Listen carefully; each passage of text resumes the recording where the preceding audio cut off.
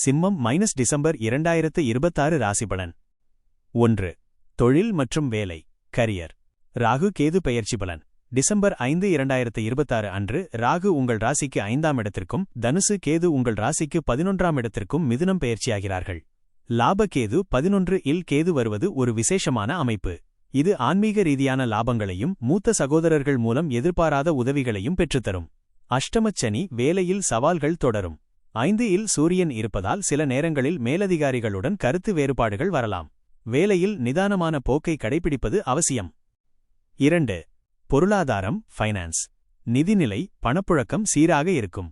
12 இல் உச்சகுரு நீடிப்பதால் சுபச்செலவுகள் ஒருபுறம் இருந்தாலும் 11 இல் வரும் கேதுவால் வருமானத்திற்கு பஞ்சம் இருக்காது. எச்சரிக்கை: 5 இல் ராகு பெயர்ச்சியாவதால் பங்குச்சந்தை அல்லது ஆன்லைன் ட்ரேடிங் போன்றவற்றில் அதிக முதலீடு செய்து சிக்கிக்கொள்ள வேண்டாம். பேராசை நஷ்டத்தை தரும். பழைய நிலுவைகள் நீண்ட நாட்களாக வராது என்று நினைத்த பணம் திடீரென கைக்கு வரும். 3. குடும்பம் மற்றும் உறவுகள் ஃபேமிலி மற்றும் ரிலேஷன்ஷிப். மகிழ்ச்சி குடும்பத்தில் அமைதி நிலவும். 11 இல் கேது இருப்பதால் நண்பர்கள் உங்களுக்கு பக்கபலமாக இருப்பார்கள். பிள்ளைகள் 5 இல் ராகு வருவதால் குழந்தைகளின் உடல் ஆரோக்கியத்தில் அல்லது அவர்களின் நடவடிக்கைகளில் அதிக கவனம் தேவை. அவர்களுடன் அதிக நேரம் செலவிடுவது நல்லது. திருமணம் 12 இல் இருக்கும் குருவின் பார்வையால் திருமண பேச்சுக்கள் வெளிநாட்டு வரன் அல்லது வெளியூர் வரன் மூலம் முடிவாக வாய்ப்புள்ளது. 4. ஆரோக்கியம் ஹெல்த். கவனம்: அஷ்டமச்சனி மற்றும் 5 ஆல் ராகு இருப்பதால் ஜீரண மண்டல கோளாறுகள் அல்லது வாயு பிரச்சனைகள் வரலாம். பாதுகாப்பு: பயணங்களின் போது உணவு மற்றும் தண்ணீர் விஷயத்தில் கட்டுப்பாடு அவசியம். மனக்குழப்பங்களை தவிர்க்க குலதெய்வ வழிபாடு மற்றும் தியானம் செய்வது மிகவும் நல்லது. முக்கிய குறிப்புகள். அதிர்ஷ்ட தேதிகள்: டிசம்பர் 6, 7, 16, 17, 26, 27.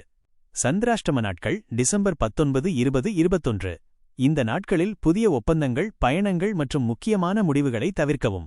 அதிர்ஷ்ட எண்கள் 1, 3, 9. அதிர்ஷ்ட நிறம் ஆரஞ்சு வெளிர் மஞ்சள். பரிகாரம்: விநாயகர் வழிபாடு. கேதுவின் பெயர்ச்சி நற்பலன் தரச் சங்கடகர சதுர்த்தி அன்று விநாயகருக்கு அருகம்புல் சாத்தி வழிபடவும். ராகு வழிபாடு. செவ்வாய்க்கிழமைகளில் துர்க்கை அம்மனுக்கு எலுமிச்சை தீபம் ஏற்றி வழிபட குழந்தைகளின் பிரச்சனைகள் தீரும். தானம்: சனிக்கிழமைகளில் முதியோர்களுக்கு அன்னதானம் அல்லது மருத்துவ உதவி செய்வது அஷ்டமச்சனியின் தாக்கத்தை குறைக்கும். 2020